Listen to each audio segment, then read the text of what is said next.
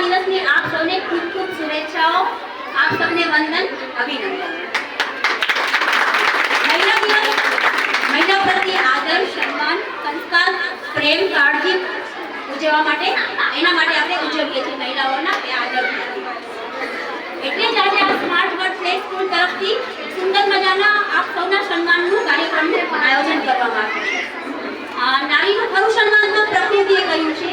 માનવીના નવસર્જનની જવાબદારી એ એક પેઢીનું સર્જન પણ કરે છે અને સંસ્કૃતિનું વહન પણ કરે છે. શું આ સન્માન ફક્ત એક દિવસનું જોવું જોઈએ?